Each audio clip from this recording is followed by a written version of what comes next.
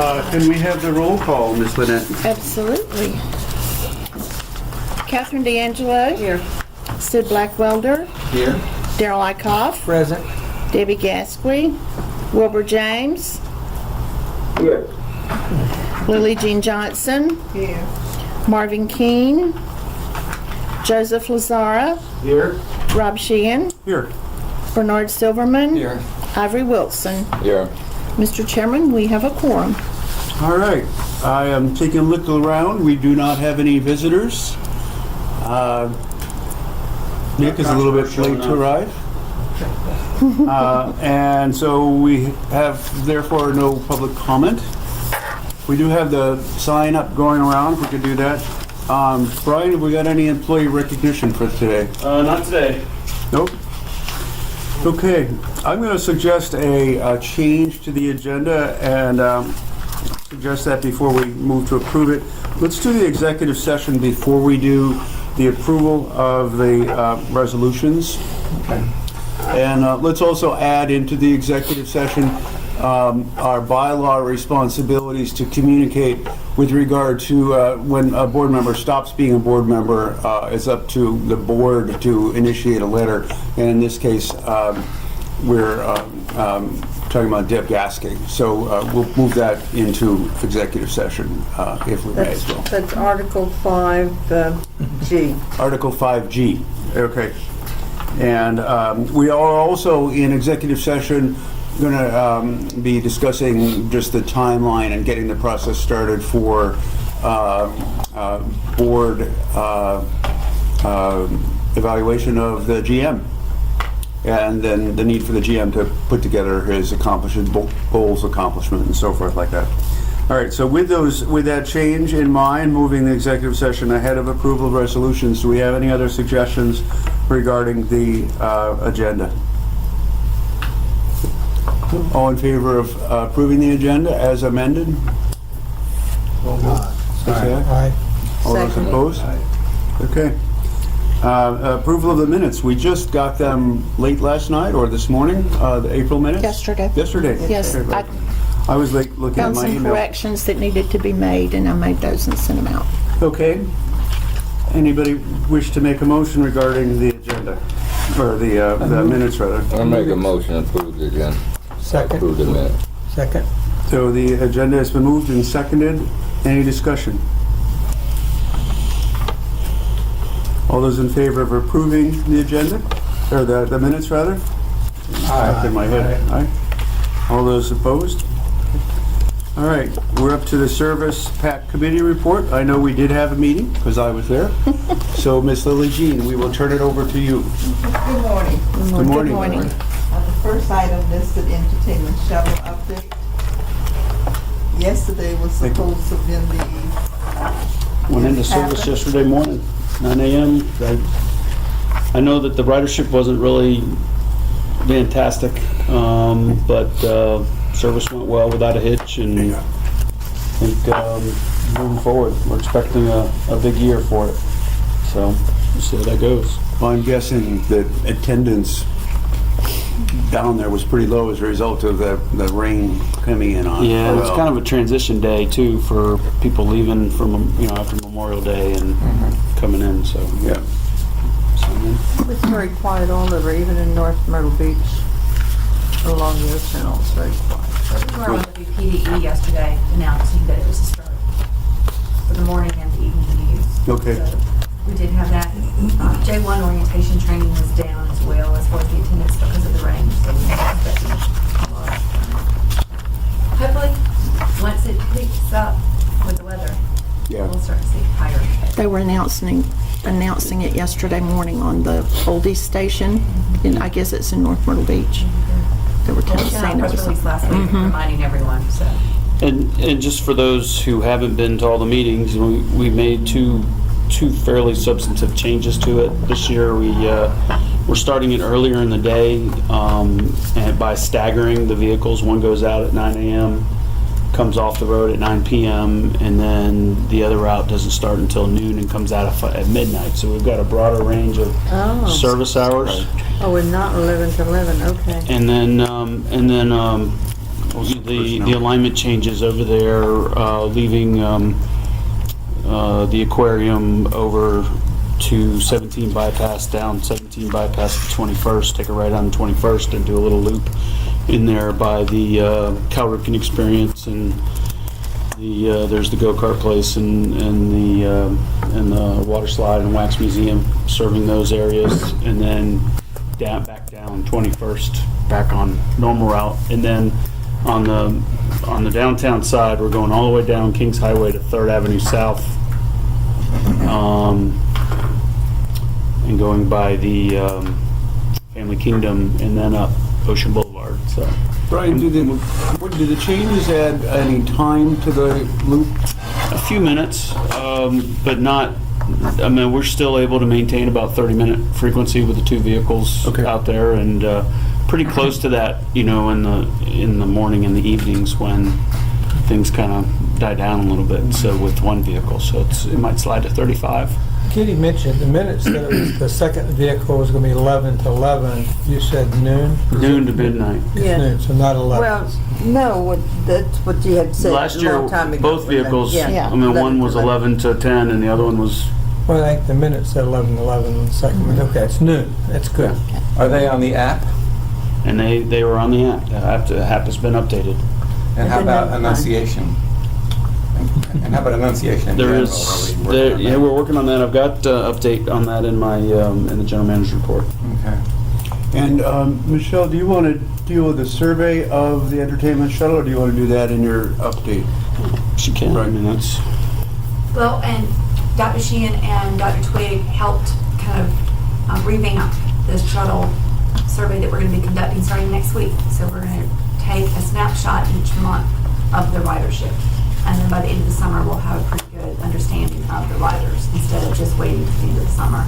And then we'll have a different survey for our fixed route. But this will give us a really good understanding of those who are riding our summer shuttles. One of the substantive changes on the survey itself is the question about fares. Do you want to just ask that question, or that's not something we've asked before? If there were a charge for the entertainment shuttle, would you still hop a ride? Yes or no? And for which fare?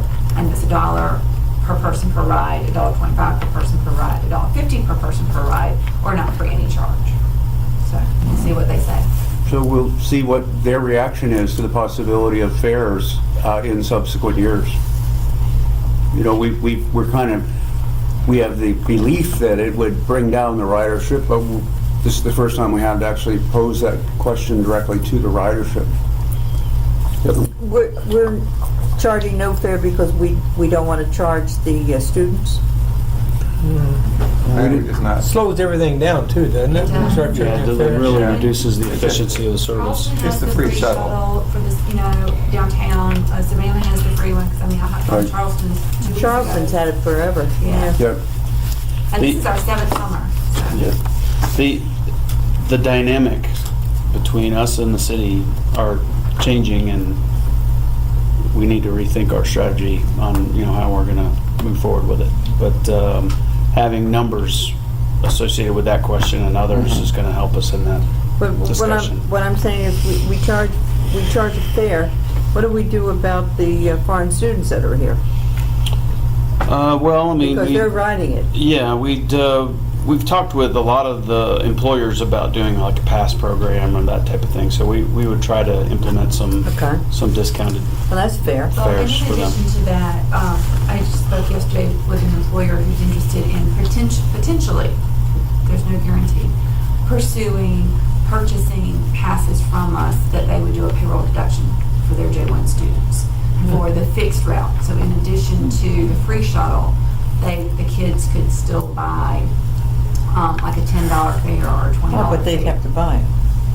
Well, they would use it as a payroll deduction. Yeah, we'd sell it at a discount because it's going through their employer, and then the employer recoups.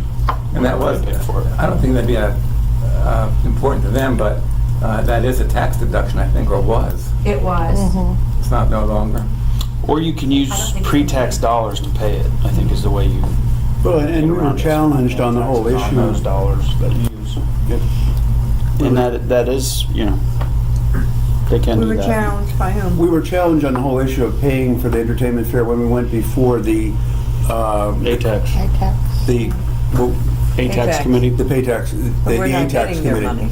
And so we should at least have the information in front of us and recognize survey data are not perfect by any stretch, but we'll at least be able to tell whether there's a tremendous opposition to payment for the shuttle from the group that are using the shuttle. Yeah, well, I don't think your tourists would have anything about saying, you know.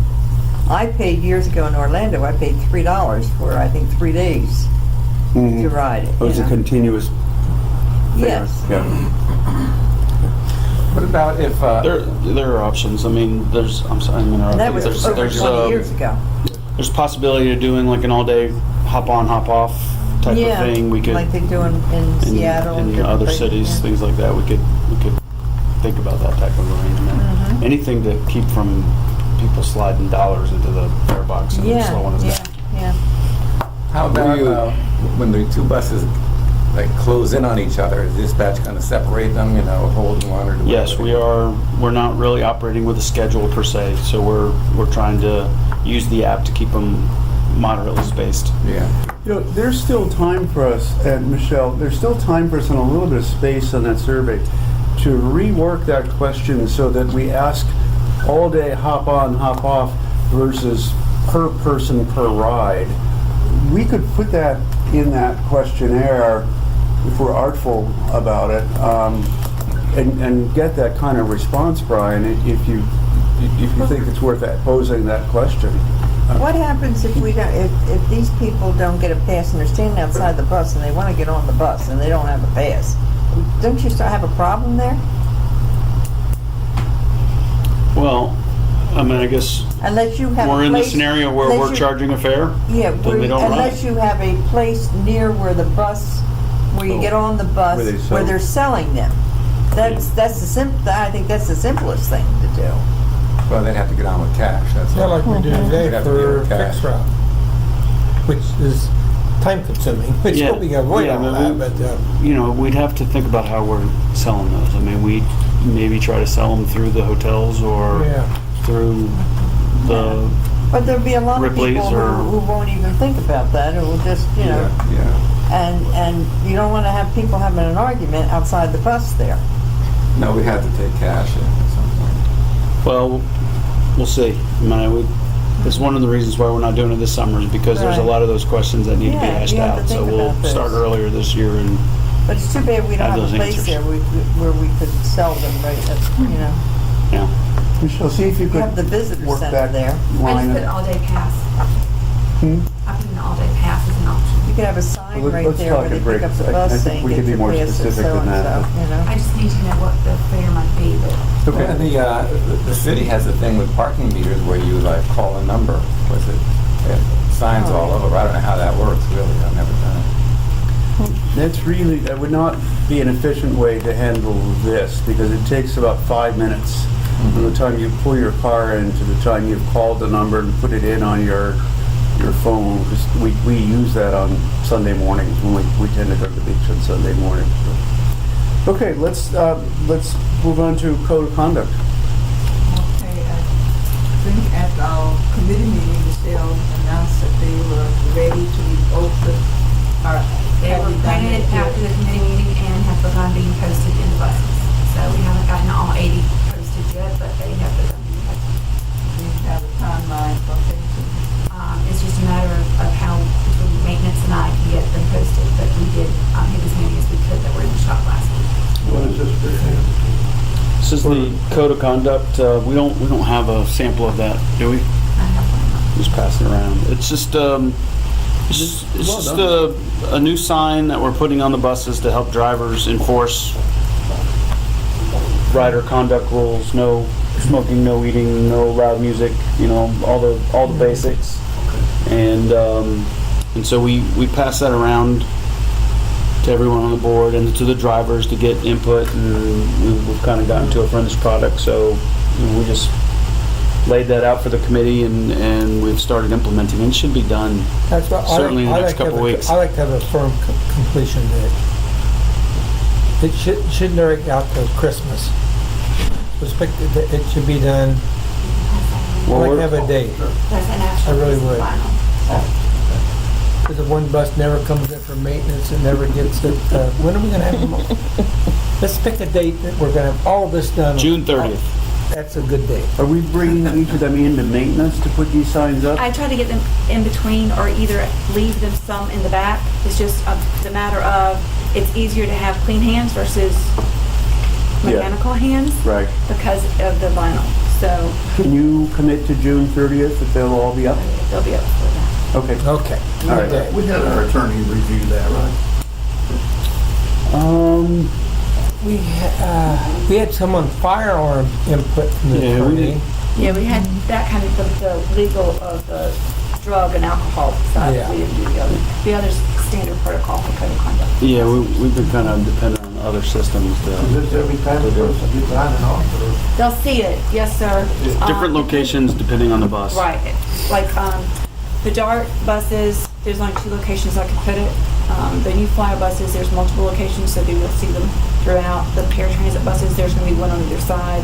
The trolleys will be right when you're walking in on the knee plate, so they'll see them before they ever hit the fare box area.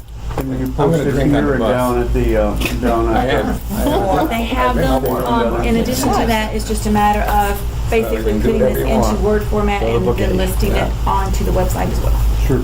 Put on the windows out here Yes, sir, we'll have and that. down at the, yeah. I have a curious question. Because they've already got the What's the service? Somebody actually asked me laminated this. version down here. What happens if a bus hits an animal? It's basically treated as an accident. So we stop and Stop. assess damage, and Yeah. Hopefully take the animal to a vet. so depending on what it is, and whether or not it's still at the scene, those types of things. But it's treated as an accident. And just to back up on your question, we did get the handgun question squared away with legal in terms of us being allowed to preclude them from our buses. I did rescue a turtle the other day from our street in front of the house, and I don't know if the buses stop for turtles. I will. They don't. Right for that tee box of South Creek Golf Course, I picked up 2 crossing it road. You know where I'm turning into your house? Yep. I have a dream to get through one of these meetings without somebody flying off on a tangent. Oh, tangent. This is animals. So It was last thing he's is got to blame Sid for that, starting with animals. advertisement Are the update. No, turtles- that was a are the legitimate turtles question. only on the golf course going to the water because we have them crossing our Please, streets? please stop. Please stop about the turtles. Call this big daughter. Sid, a turtle is an animal, so it's your problem. No, I don't know that we'd it's an stop for a animal, turtle. I think it's Lily Jean's isn't it? I problem. don't think it's an animal, I think it's a I mammal. was thinking more like a deer. Well, a you mammal were is an talking animal. about. Moving on. I think it's Lily. Advertisement update. Advertisement update. And we just gave did we hand out the list or? We did over time, but I've got to review. And it's just a quick update. We're doing really well on the advertising front. Michelle's done a great job landing a number of advertising contracts. Hopefully not so much to the point that we don't have any space on any bus, remaining that's like team colors or anything, but We put them on the floor. we are looking at a considerable increase in the income associated with that, to the tune of about 25,000 more than what we were expecting. So and still going strong. So we'll see how that goes the rest of the summer. 25,000 a month? 25,000 over what we were budgeted for. We were budgeted for 40,000, and we're up around 64, 65,000. We're at 65 for fixed route and 66 For the for year. for the And what can we do with that money? How can we use that money? We use it for anything. It becomes anything. local funding. Okay. That money's also net, that because the individuals are paying that money to pay for the space. The actual cost of the advertisement, the individuals pay for in addition to that. So it's something I had to kind of have drilled in my head a couple of weeks ago, that truly is positive cash flow. Who's on the side of the trolleys? So we were fortunate. Landshark called me early in the year, like January, February, and they were signing contracts in March. So Landshark got the passenger side for both trolleys, and Brook Green got the lower wrap for the driver's side because they have their new Summer Lights Festival this year. So you can't see the red Yeah. on It's the an trolleys. incredible. One, in order to make that happen, but that helps us maintain our on-time performance and helps keep the 7 in line. That's a great idea. So That was a great idea. I think that was Doug, or maybe you. I'll give Doug the credit on that one. Okay. I'm just saying that, I know. We did have a finance committee meeting, but we do not have our finance chair here. I don't know if, Brian, if there's anything that you want to share, or you do want to incorporate that into your manager's report? Well, I mean, we could talk about the finance committee. I mean, it was just the financials. Financials are fairly benign because we did do our budget revision. Right. So I don't know that there's a whole lot to talk about on that. You know, obviously we are in a bit of a cost-cutting mode, just so that we make our budget more sustainable in future years more than anything else. So we'll, you know, hopefully come in under budget. Cash requirements is obviously in decent shape until we get into the mid-July area. So we're working on that. Ron, did you have anything to add to the finance committee? Because Marvin is not here? I guess not. Ron? He might be on mute. Yeah, Give him a second. You hit star 6 or something here in a minute, or pound 6. Ron, are you on I mute? got it. Brian had me mute. Sorry, I'm back. Now we have, we're okay with payroll this week. We have a few bucks left over, and then we have some state 5311 money coming in that should get us through June as far as cash requirements, and then it starts to dip a little bit. So I guess the issue will be main issue be paying a few of the vendors off here in the next few weeks to be a little bit of a struggle, but you know, I think that's the biggest issue in right is to get the registration fees. Okay. And so if we go to the KPIs on page 9, just a couple of things. One, ridership in April had a pretty significant uptick. Now, while it did include 1,700 rides associated with the air show, it was still close to 10% increase from last April. So that's, you know, we've been kind of running about the same from 1 month to the next month in terms of comparing this year to last year. But that's a good sign, and you know, we're looking forward to kind of to a busy summer.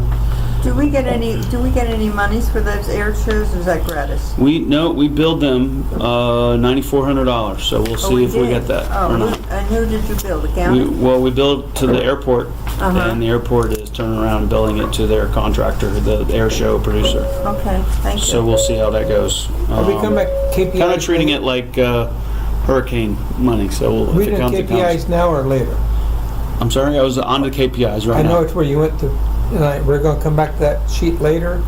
I have a question, but if you're gonna do. No, man, we're just going through the financials in themselves. So if you've got a question about Yeah, why, KPIs, lay it on on-time me. performance, we went down to 82%. Yeah, we're looking at that. I do have something in the GM report. I'll just let that out of the bag now. We are experimenting with the AVL data on looking at on-time performance, and so it's a little bit more. You know, it's obviously less menial. Right now, people call in, drivers call in. I'm leaving such and such a time, and we're noting the time and when we're leaving.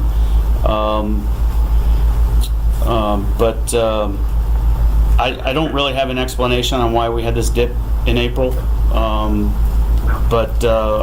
It's something that we need to keep an eye on, and if it continues, we'll see what's happening. Does that mean suspect that our 90s and 98s in the past are suspect, or we're trying to figure out why the a new source of data, maybe low? No, I mean, this is not a new source of data. This is how we've always collected the data. And if you look back in the June, July, August timeframe, we do dip down in the 80s in the summertime. So I don't have an explanation for why that happened in April. The main thing But is you're looking we're at. keeping an eye on it, Gotcha. and I'm looking at a new data source that's going Okay. to be a little bit more reliable. Good deal. Is it possible that the airport runs would have somehow factored into the denominator of this on-time performance and not shown on time because they're No. not there? No, we're taking, all this is time point data. So you think about 15 North, for instance, Or it's got two fixed time routes. points. We're looking at when it leaves the transit center and when it leaves the hospital. And so we're collecting that data over the course of the month, and obviously we've had and that one very well may be one of the culprits because we've had overloads on the 15 North certain times of the day. So that's a good problem to have related to on-time performance. Yeah, you have to remember that on-time performance, if we're late, it doesn't mean a breakdown. It might just mean traffic on 17 or an accident or a tie-up. Yeah. Or we had 5 passengers on the 7 that wanted to transfer to all the buses, throughout the system in Myrtle Beach, and so we'll hold, to make that transfer still. So we just could have had several instances of that would bring the number down. Now, Route 7 in July and August, there wouldn't trouble with traffic. That wouldn't Right. surprise me at all.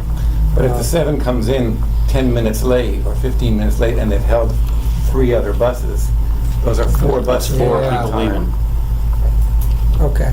And when there is a large number of transfers to be made, we will do that. Okay. And that's the call of the transfer people, of the dispatcher. They'll say, well, it's Right. too late, or we can do it, or a half hour late, let's let everything else go. Who makes that call? The dispatcher. I mean, who The supervisors down in Myrtle Beach, those guys? Al and his Alan, Casper, and Ted. Gotcha. Easter was also the first weekend in April. So the other Hero, did you have any questions before we leave? No. Thank you guys.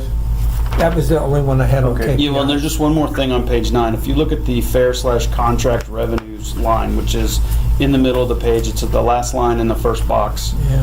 Those numbers have been updated to reflect our contract dollars, i.e. from the SC Works grant, as well as the $61,000 in April includes the $9,000 that we billed the airport for the airport shuttle. So because those dollars come in and act like fares, because we use those dollars to reduce the net cost before we go after our federal dollars. That's why it makes some sense to put them in there. So I laid them out throughout across the board, and you can see we had a big hit in February, 66,000 there. That's where we made that correction in the SC Works contract, where we went from 40% of the ridership to 60% of the ridership. It's also affects why the average fare went up to 144. Also Right. drives that increase. Yeah, it's going to Okay. throw some outliers in there, but it's a more accurate Yeah. assessment of what our average fare is. Okay. Yep. And so then, paratransit's moving along. It's kind of leveled off here a little bit in the 1,100 to 1,200 passengers per month range. Which is not a bad thing. No, As long as we're serving our customer needs, I wouldn't mind seeing that level off either. Yeah. so, but other than that, nothing really major to report. We are looking at our software package, so I'll have some more information on that in the general manager's report. So that's it for the financials, unless there's any questions. I just won't be available in the month of June for that meeting. Yes, because we're going to Hawaii. Stop rubbing it in. You going to Big Island by chance? Go see the volcano. You know, check out the volcano. Bring us along, right? Stay away from things like that. Yeah. So the other topic on finance committee was we dropped off a word here. It should be the FY19 budget discussion. Right now, I'm still formulating where we are on the revenue side, working with the different governments. So until we really kind of have a true handle on all that, we won't really be able to get into the budgeting for FY19 in earnest. And Ron concurrently is working on the cost side and trying to figure out a way to present those numbers in an easier to understand format that also ties it to cash. Because we're going to need to show the bank how cash is flowing through this organization. So it's just a work in progress, and that was really all we talked about in the meeting. We're still focusing on June for a report on projected expense Yes. reduction. Yes. Yep. And some of that may deal with personnel, which then may bring us into executive session. Correct. Okay. Any questions about finance? No? Moving on then to general manager's report. Okay, so I mentioned the update on paratransit software. Coast RTA, through the hard work of Kevin, served as the lead agency for a statewide procurement for paratransit software, scheduling software. And there were 4 bids, and in that process, we ended up taking all 4 bids. So we now have 4 different companies from which to choose. The state is broken up into tiers. There's a tier 1, which was using both fixed route and paratransit scheduling from the provider. There's tier 2, which is where we were, which is just using the paratransit side, and then there was a tier 1 for small, or tier 3, which for smaller systems using it. And we actually have our first demo scheduled for Thursday. I actually at the task board meeting I went to last week, got to see 2 of the demos of 2 of the firms. Brian, hold on. Ron or Nikki, somebody's got your, go back to mute, please. Go for it. And so some of the things that I was intrigued by, I think one thing we are looking at doing is going back to automated scheduling. So the computer's going to schedule it. And a couple of these firms really focused on sort of real-time adjustments to the schedule. We're using Google Maps data on traffic and tie-ups out on the road network. And there's a couple of these different software packages actually import that information in a real time, and dealing with cancellations, if there's an accident, there's a driver that's going slow for some reason, any of those types of factors that go into making adjustments on the fly, which I think will help us as we try to get to a higher riders per hour benefit. So we'll see how that goes. We should have it come to you for a resolution on our recommended provider. Route Match is still in the mix. They're our current providers, but I'm putting it on staff to make this decision and then live with it and do everything they can to get what we need to get out of it. And how much does a service like that cost? It's like Yeah, I'm glad you asked that. There is an introduction outlay. There's a pretty sizable chunk of funding that goes into getting it all set up and getting the data into it and getting it up to opening day. And then there's an annual fee. The state is paying the introduction fee and the first year's annual fee. So this is free for the first year for us. And then we'll pay the annual fee moving forward after that. So, And what is the annual fee moving it forward? ranges from anywhere from $1,600 to $2,500 a month. So, a year. Excuse me, a year. So it's not too bad. It's not too bad. At some point, as a part of that decision, would you take a look at our .84 ridership per hour on a demand response, 84, 85, 84? Could you give us a sense of how that compares to some of the other providers that were in the mix? The reason I ask is I'd like to know if 84% is gosh darn high, we may be approaching a ceiling. That we Well- don't want to put a lot more money into, making it better. But if, we know we were up at .90 and 91 in July and August of last year.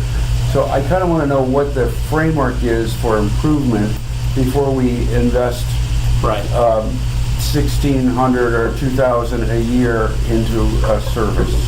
Well, a couple things. I mean, there's a lot that's sort of going into that. But right now we are paying an annual fee for our current software. True. So it's really just the delta. So it's just and I think looking at these numbers, it'll probably go down. Okay. So we're going to get it cheaper. But I don't think the .84 is well below the national average. Okay, that's the question. And I think that there's a lot of improvement that we can do there. And then the other really huge improvement is going to be, right now, there's a common occurrence of a driver having to basically be at Coast RTA for 12 to 13 hours just to get 8.5, 9 hours worth of pay. And so we've got these huge dead spots where people are sitting around, and we need, a lot of them are off the clock. But we want to get away from that. I don't think that's really a good way to provide the service. And so it's, it's something that we need to really work on. So I'm hoping that this real-time schedule adjustment will help us minimize that. I'm comfortable with both those answers. Yeah. So hopefully, we'll see. The big thing that I don't think anybody has gotten a handle on, none of the providers are doing as much as I feel like they should in terms of looking at historical data. Some trip that happens, we do a lot of subscription trips, so the same trip happens 8 a.m. to 9 a.m. on Wednesdays. What is the history of how long that trip takes, and do we roll that into scheduling? And I still think we're looking at, that first batch run that night before we go, before tomorrow's schedule, is looking at the road network as it stands this second and doing the schedule, which is different than what the road network is going to look like in the morning. So it's highly dependent on that real-time adjustments. So we'll see how that goes. None of them are really able to bring that into the mix Who yet. have that data if they wanted it? Well, I think it's being collected. I'm glad you mentioned that. The data is out there in terms of how long that trip took. And so, yes, there's probably ways to hard code a delay, or, whether you're looking at, there's a way, for instance, if you have a particular rider who takes a long time to put them in the bus. That's what I was. There's a 10-minute penalty you can put in the schedule for that to kind of adjust the schedule. Certainly, there are road segments where we could add, like name a bridge. As opposed to system-wide knowledge, it may be that you've got to, when the time gets closer, you've got to call in and ask for 5 specific studies of the data to try to answer those questions. I think it would be fun to look at that. Yeah. Well, it's it will be exciting to have the information at our hands to really hopefully make some improvements. We made a huge jump when we took out some of these funky rules that they were going by, like not leaving the fixed routes and things like that. So another thing that we haven't used Route Match for that we could, and we just haven't done it yet, is putting the fixed route into that system. So it's identifying, it's applying the 3/4 mile rule, or those types of things, and speeding up that process rather than going back and looking at Google every time. It's things like that hopefully we'll just increase our efficiency the next bump. Following what Ron's saying, you get a cluster analysis. Besides focusing on specific routes had a problem, I don't want to sound punitive, it also shed a light on specific drivers on the different routes, wouldn't it? Yes. Yeah, that's a good point. If that top 20% is disproportionately 2 drivers, it's the same And not even on the question being same route. answered as Yeah. disproportionately 2 riders. Yeah. It sounds too And it's harsh. possible. Yeah, but I don't want to do like big. At least it's going to identify areas where we might be able to try to help them That's the main improve. thing. Help them. That's where I want So to leave that. put the positive spin on it there Yeah. for you. Okay. Anything else on paratransit? Just let the board know our uniform contract is on the street. We're looking for some cost savings on uniforms. So that's out there. I have been in contact with Creative Bus Sales, who are the ones who sold us our Navistar Internationals, and I think we have, I won't say we have an agreement, but they are working very hard to identify vehicles they can use to replace those two vehicles. And we hopefully will have some information on what that transaction is going to look like. Hopefully they won't trade a lemon for a lime. Right. Well, the key is, there's really a couple keys. One, it needs to have at least, the incoming vehicles need to have at least 20 passenger capacity, and they need to have 4 years of useful life left.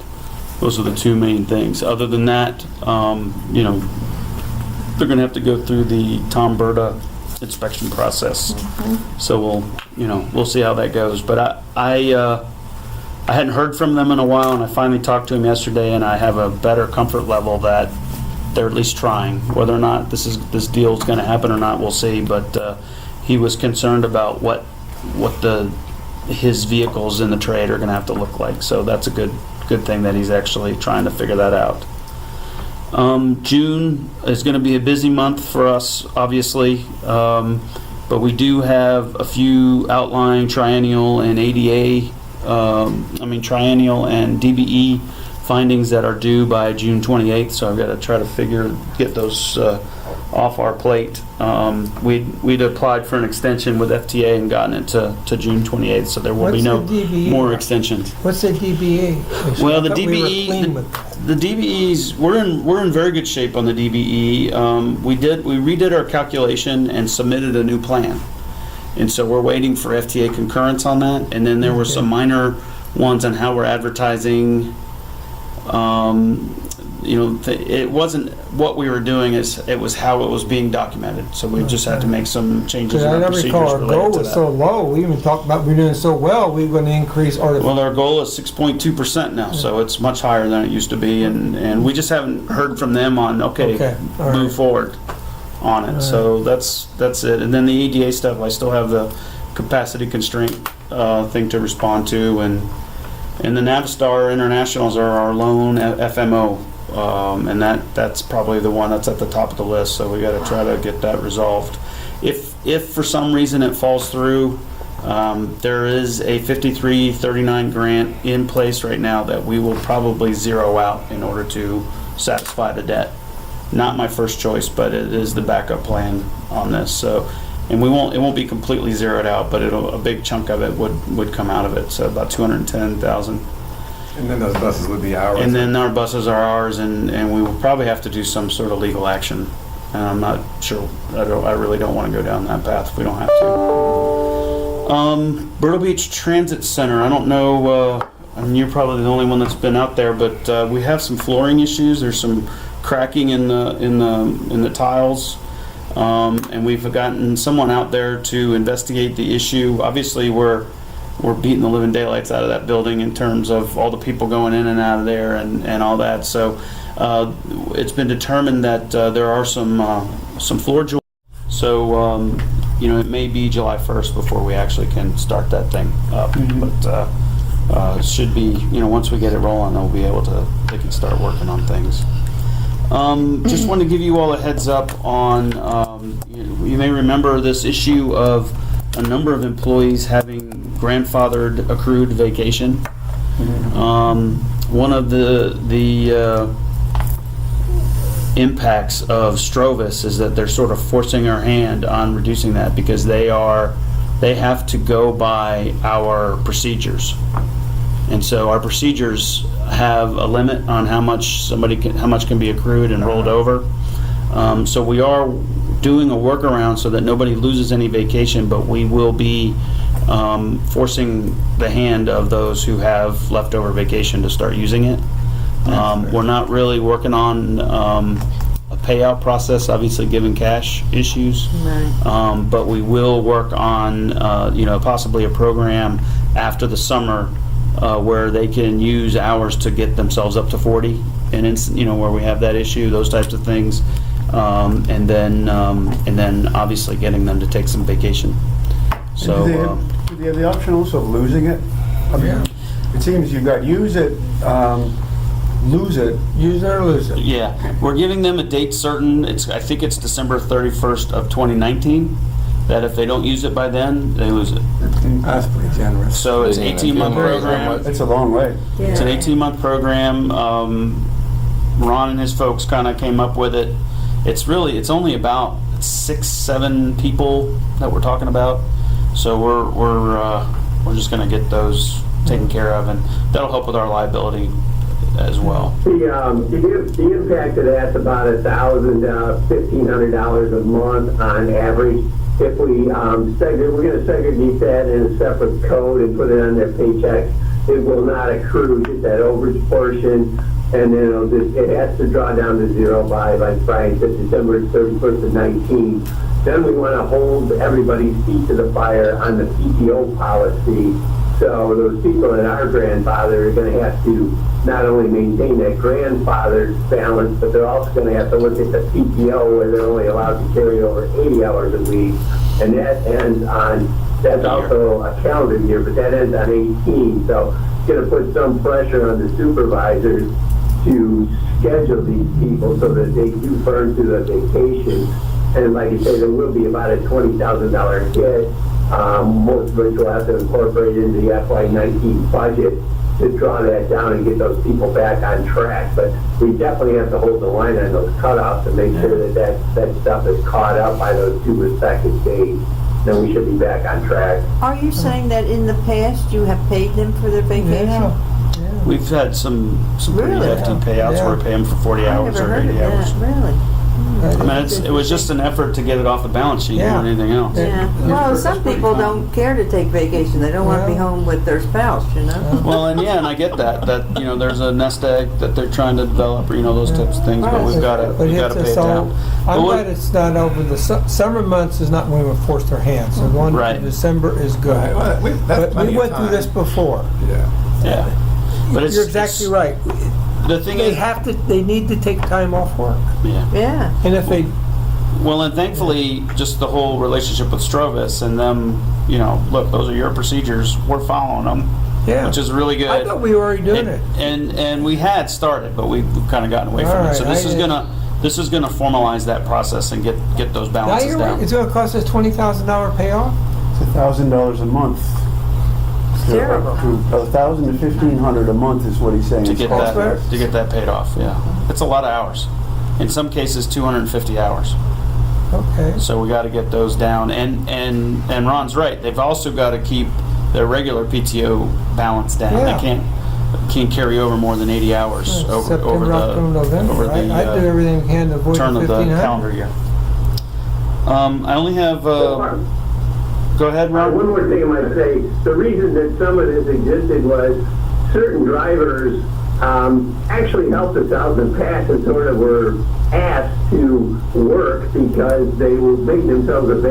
We tried to hold the line on cutting off, what happened to them in the past, because they actually went the extra mile to help us. So that's why we wanted to extend it out, especially the overage to 19, just in recognition of, their efforts to fill those shifts. So that's part of this is, why it happened anyway. Well, I'm going to go back to what I learned in other states and get a lecture again. But this is not news. They probably got time and a half for helping us out.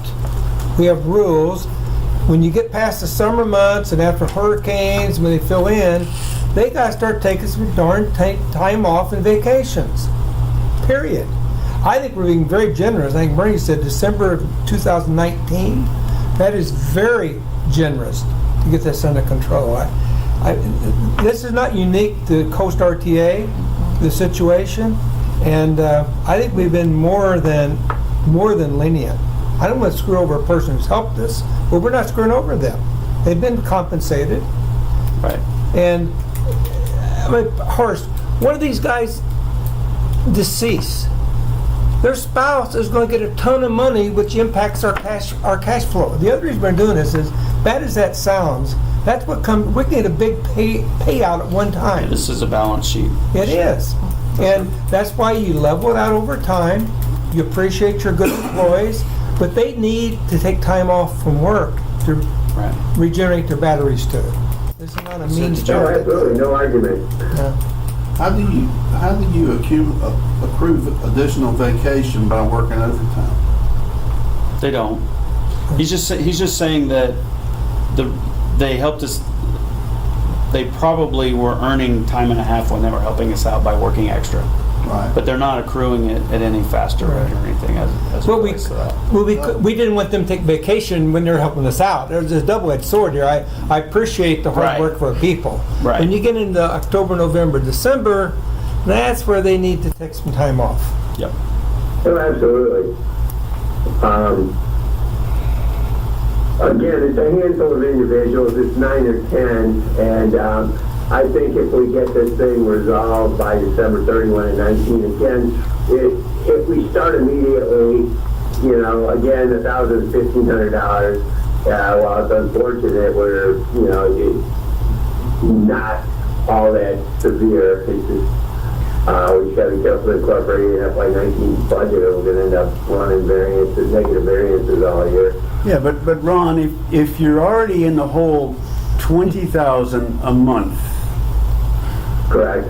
adding another 1,000 to 1,500 of that, or having 1,000 to 1,500 of that coming from this problem is in fact very serious.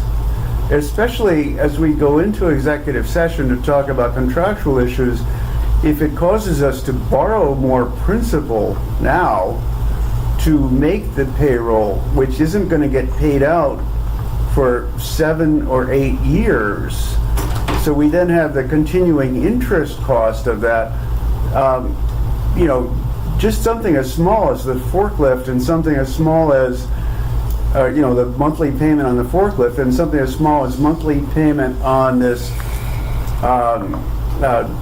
accrued vacation time, you've already got 2/20ths, or you've got 1/10 of the financial problem right there on the table.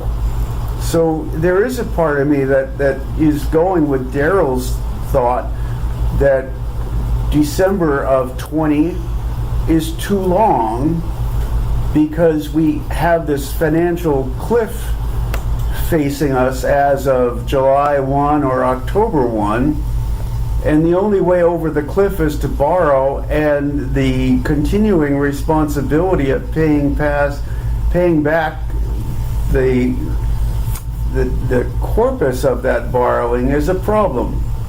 Brian? I'm pretty done unless you all have some questions about that. So let's take a 2-minute break, and then we'll go into executive session for personnel and contractual matters. Do you want to do the vote? We got to vote. All those in favor of going into executive session, please say aye. I'm going to go into executive session. All right. Conway? No, I second it. I have no discussion. You can't make the motion and second it. So Bernie's moved to do it. Is there a I second? second. There's your second. We've had different experiences at all three. I just do that to be sure someone's listening. I told him if you just join me on then, I want to. Motion number 1.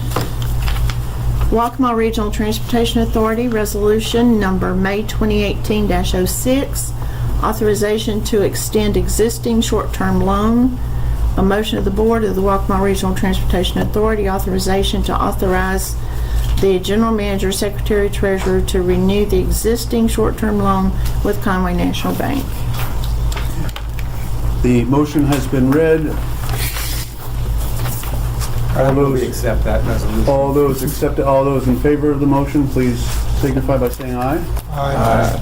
All those opposed, please indicate with a nay sign. Resolution number May 2018-06 passes. Waccamaw Regional Transportation Authority, Resolution Number May 2018-07, authorization to file grant application with SCDOT for buses. A motion of the Board of the Waccamaw Regional Transportation Authority authorizing the General Manager, Secretary, Treasurer to file grant applications with SCDOT for FTA Section 5339 and State Mass Transit Funds, SMTF.